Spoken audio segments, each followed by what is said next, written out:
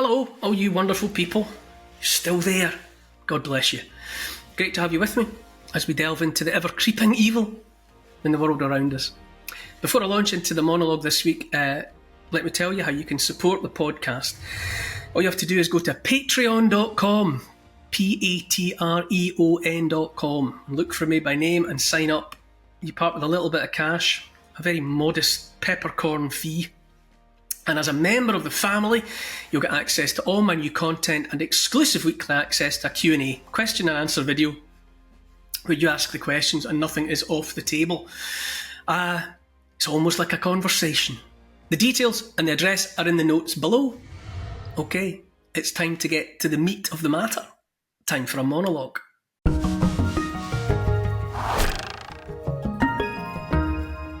I would say that I think we're in a critical phase in our relationship, in inverted commas, with our captors, in inverted commas. I say captors, you know what I mean by that. Obviously life goes on and we're mostly free to come and go. But by captors, I mean those who seek to influence and control the way we think about the world around us, and who seek to control how we operate in the real world around us. As I often do, I'll use a movie analogy to illustrate my point. You know the bit in any number of thrillers when the kidnapper removes their mask or otherwise shows their face to the kidnapped person? Dun, dun, dun. The captive at that moment, and we the audience, know what that means. It means the captive is never going home. The kidnapper doesn't care if they can identify them or not. It's never going to be an issue. Now, let me be clear, as we say. I'm not saying we've been kidnapped and now our kidnappers are going to kill us. Although, in the interest of open-mindedness, I haven't written that out as an option. While I'm not saying that much for certain, I very much think that the basic analogy holds. I mean that some while back, we were, if you like, spirited away from our old world, our old lives, away from the world of before, the world of trusted systems and institutions, however naive and ill-advised that trust might have been. And that wherever we are now, there will be and can be no going back to the way things were. We know this because, as I say, our captors, so to speak, have let us see their faces. Let me count the ways. And it's not exhaustive, it's just a list. It's been made clear for a start that our society is not lawful. I don't know if it ever was, and I don't know when it stopped being lawful, but it's not lawful. The powerful do what they want with impunity. They avoid tax, they launder money here and abroad, they traffic human beings. There's paedophilia from top to bottom of society. You know, we hear about the gangs and all the rest of it all over the towns and cities in England, but that abuse of children is endemic.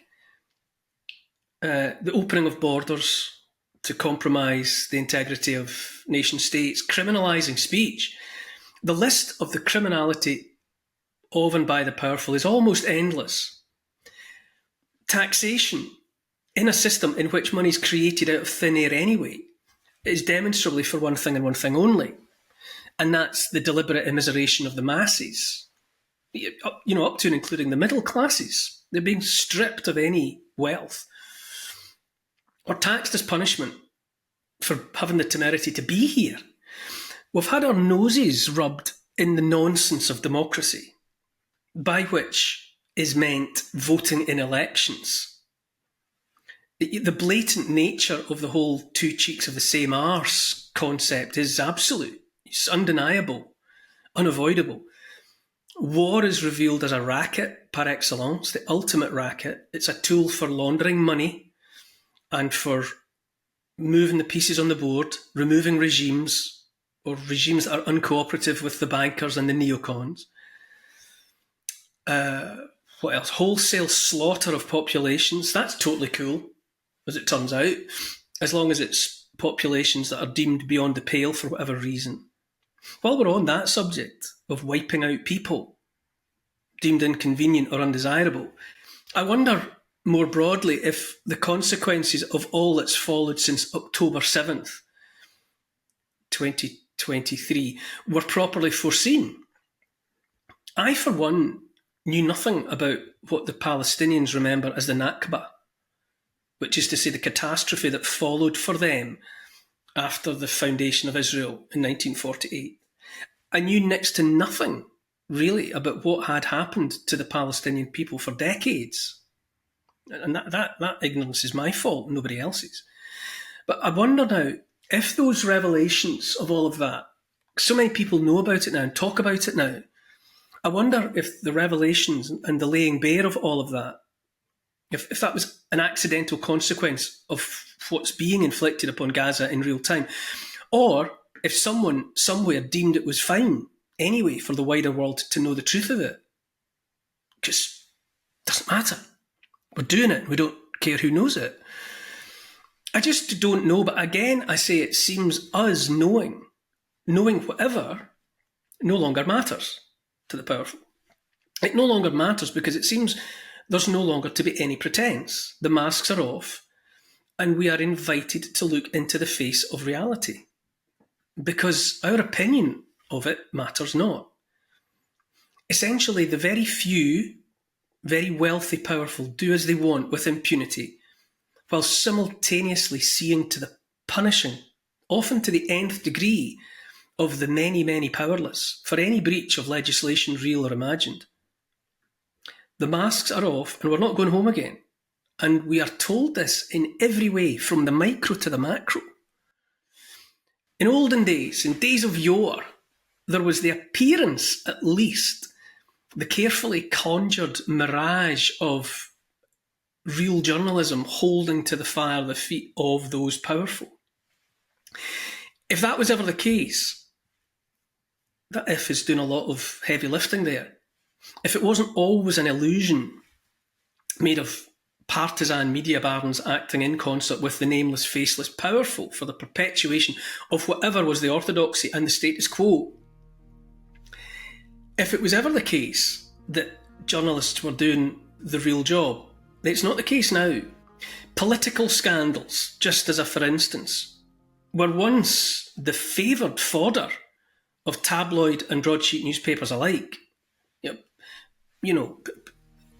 Newspapers couldn't get enough of that kind of thing. The Profumo affair, Jeremy Thorpe of the Liberals. I mean, a long list of people that were thrown to the dogs in the context of some or other scandal, sex, money, whatever. Not now. And possibly never again. Right this moment, there's no end of gossip about the British Prime Minister Keir Starmer. Speculation about how much we might read into the undisputed reality of a close relationship of some sort between Starmer and major Labour donor, entrepreneur and politician Lord Ali. You talk of that, gossip around that is commonplace and has been for a while. More recently, the top deck of the number 9 bus, as it were, has been alive with gossip about fires in 2 properties and 1 car linked to the Prime Minister. The BBC has described the man charged in connection with the incidents as a builder and roofer.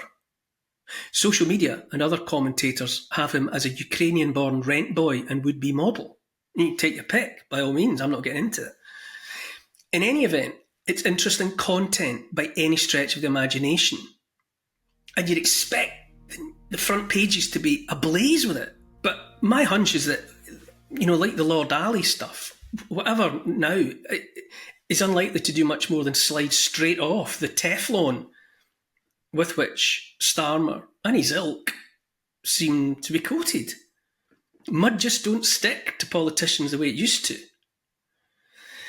It makes me think as well of how, while to have one prince of the realm closely tied to one of the world's most prolific and notorious international paedophiles might be regarded as bad luck, to have two such princes, scions of the late Her Maj, so tarred, two of them tied to two different prolific international paedophiles, is surely worth the raising of at least an eyebrow.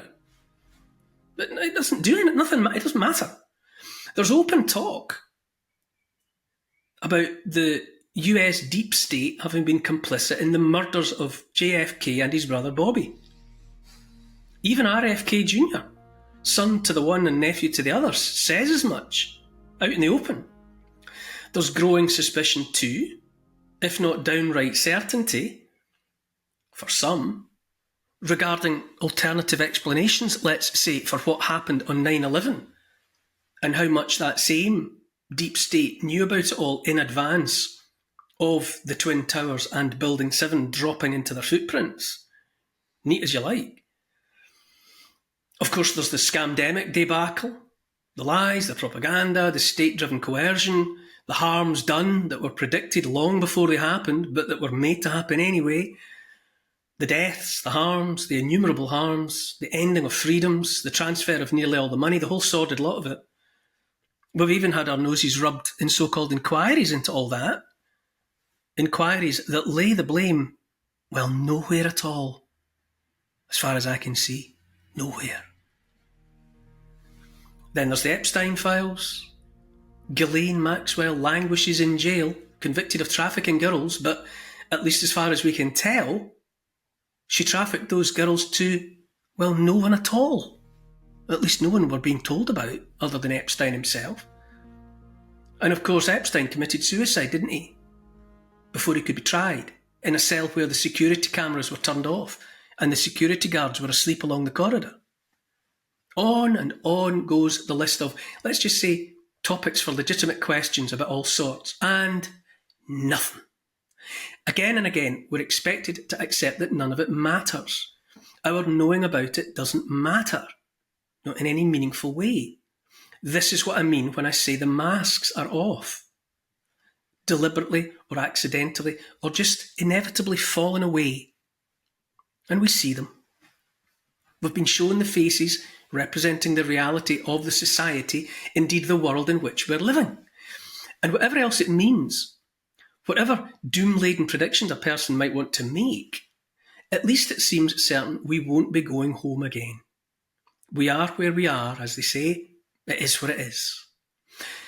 If all of it feels like the end of an era, the end of empire, then that's because it is. It is that. When the show's over, the actors are revealed. Part of the solution, part of coming to terms, part of moving on, is facing up to the uncomfortable fact of having been duped, taken in by a grand illusion. But an illusion is just that. It's nothing at all. The revelation of the illusion as an illusion is no bad thing.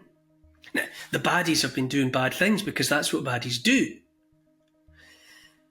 Those of us that want to, those of us that want it, have been presented with a once-in-an-era opportunity, and that's the opportunity to move on, start something new, and have something that's real.